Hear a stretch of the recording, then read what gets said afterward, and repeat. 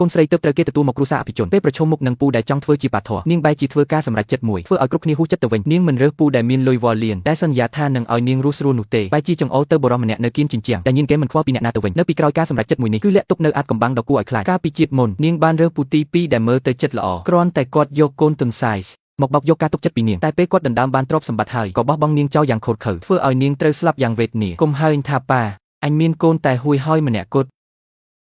មុនពេលស្លាប់ទើបនាងដឹងខ្លួនថានាងគ្រាន់តែជាកូនអុកមួយគ្រាប់សម្រាប់ឲ្យពូទី2ដណ្ដើមអំណាចប៉ុណ្ណោះចំណែកឯពូដែលនាងមិនដែលមើលមុខហើយអ្នកគ្រប់គ្នាចាត់ទុកថាជាសម្រាមបែរជាមនុស្សតែម្នាក់គត់ដែលឲ្យភាពកក់ក្ដៅដល់នាងនៅពេលដែលនាងអស់សង្ឃឹមគួរឲ្យសោកស្ដាយណាស់ពូម្នាក់នោះក៏រត់មិនរួចពីកណ្ដាប់ដៃពូទី2ដែរហើយត្រូវស្លាប់ជាមួយនាងយ៉ាងកំសត់តែមួយវិនាទីបន្ទាប់ព្រហ្មលិខិតក៏ឲ្យឱកាសនាងរស់ម្ដងទៀតពេលនាងបើកភ្នែកឡើងក៏ដឹងថាខ្លួនឯងត្រឡប់មកថ្ងៃរើសប៉ាម្ដងទៀតលើកាំងមើលធ្លុះមុខមាត់ពិតរបស់មនុស្សគ្រប់គ្នាពេលឃើញកាដូថ្លៃរបស់ពូគ្រឿងអលង្ការតម្លៃរាប់លាននិងសម្លៀកបំពាក់ប្រេងជាច្រើននាងក៏បដិសេធទាំងអស់ដោយមិនខ្វល់ពេលពូទី2ប្រើល្បិចដដែលយកកូនទុនសាយនោះមកទៀតក្នុងភ្នែកនាងមានតែការស្អប់ខ្ពើមប៉ុណ្ណោះនាងបានដាសម្ដៅទៅរកពូដែលកំពុងចាញ់ហ្គេមហើយកំពុងជាឡូឡានោះយ៉ាងម៉ឺងម៉ាត់រួចប្រកាសថាយកគាត់ធ្វើជាប៉ាគ្រប់គ្នាគិតថានាងឈួតហើយលោកតាក៏ប្រាប់ឲ្យនាងគិតឡើងវិញឯសាមីខ្លួនឯងវិញក៏ប្រកែកញាប់មាត់ហើយប្រាប់ថាគាត់ស្អប់ក្មេងណាស់តែនាងមានគម្រោងក្នុងចិត្តរួចហើយនាងត្រូវតែជួយគាត់ឲ្យយករបស់គាត់មកវិញពេលឃើញគាត់បដិសេធនាងគ្រាន់តែញឹមចុងមាត់រួចក៏វិភាគការចាញ់ហ្គេមរបស់គាត់អំបញ្ញមិញចង្អុលចំពីកំហុសដែលធ្វើឲ្យគាត់ចាញ់ថែមទាំងប្រាប់តិចនិកលេងកម្រិតប្រូទៀតផងសម្ដីប៉ុន្មានម៉ាត់នេះធ្វើឲ្យគាត់លាន់មាត់សរសើរ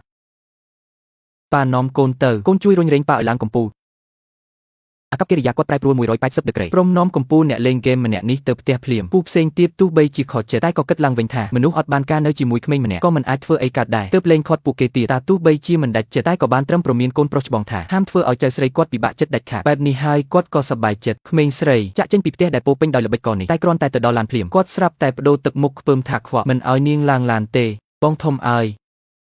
កុំកអីកៅអីមុខមិនឲ្យជីទេនាងធ្លាក់ទឹកចិត្តមួយរំពេចមិនប្រហែលជាជាតិនឹងរើសខុសទៀតទេដឹងតែមួយវិនាទីបន្ទាប់គាត់បែរជាដោះអាវធំដ៏ថ្លៃរបស់គាត់យកទៅក្រាលលើកៅអីឡានរួចនាងដាក់អង្គុយយ៉ាងថ្នាក់ថ្នមតាមពិតគាត់ខ្ពើមឡាននៅខ្វក់មិនមែនខ្ពើមនាងទេមុនពេលចេញដំណើរគាត់មិនភ្លេចងាកមកបញ្ជូសប្អូនទី2ថាចិត្តខ្វក់ហើយមើលអីក៏ខ្វក់ដែរពេលមកដល់ផ្ទះគាត់នៅតែជាមនុស្សញៀនហ្គេមមិនខ្វល់អីដែរនាងដឹងថាត្រូវតែធ្វើឲ្យគាត់រឹងមាំឡើងវិញនាងក៏អពុះធ្វើជាឃ្លានគាត់ក៏គិតចង់កំងអាហារថ្លៃឲ្យនាងញ៉ាំតែក្មេងស្រីប្រើសម្លេងគួរឲ្យស្រឡាញ់និយាយថាខ្លួនគ្រាន់តែចង់ញ៉ាំបាយដែលប៉ាធ្វើផ្ទាល់ដែរទេព្រោះនាងមិនដែលទទួលបានភាពកក់ក្ដៅពីគ្រួសារឡើយពាក្យមួយឃ្លានេះបានចាក់ចំបេះដូងរបស់គាត់យ៉ាងខ្លាំងគាត់ស្ងាត់មួយសន្ទុះទោះមិនចង់តែគាត់នៅតែដើរចូលផ្ទះបាយមិនយូរប៉ុន្មានម្ហូបឆ្ងាញ់ជាច្រើនមុខក៏បានរៀបចំរួចរាល់នាងក៏ប្រញាប់ថតរូបទិដ្ឋភាពដ៏មានន័យនេះទុកថែមទាំងទាញគាត់មកថតរូបជុំគ្នាទៀតពេលនោះមិត្តភក្តិទេមកក្បួលទៅផឹក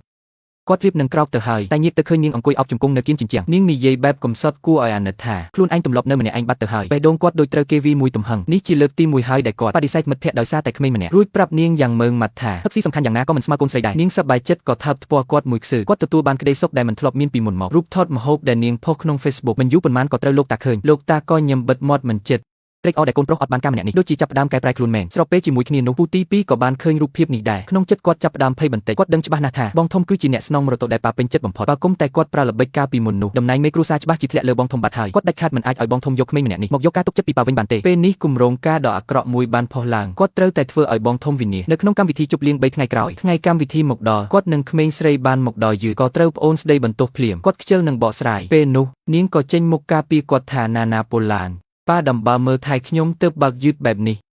បើចង់បន្ទោសណាណាមកហាមស្ដីឲ្យប៉ា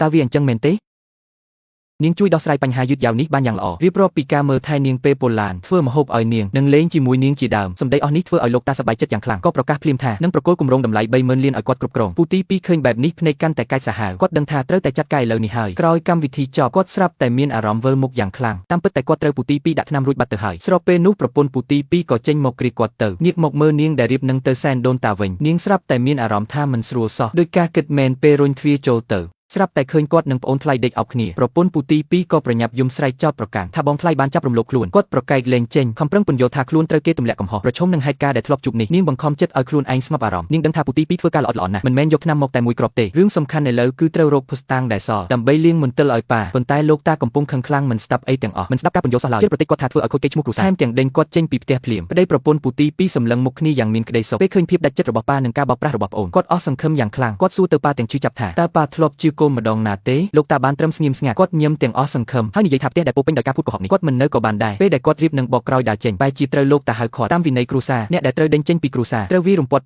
81រំពាត់សិនទើបអាចទៅបានឯងមិនទាន់ទទួលទោសទេ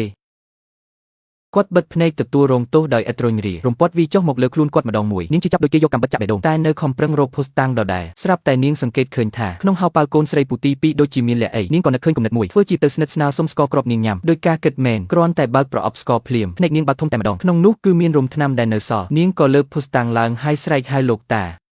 នេះជារបស់អីទៅលោកតា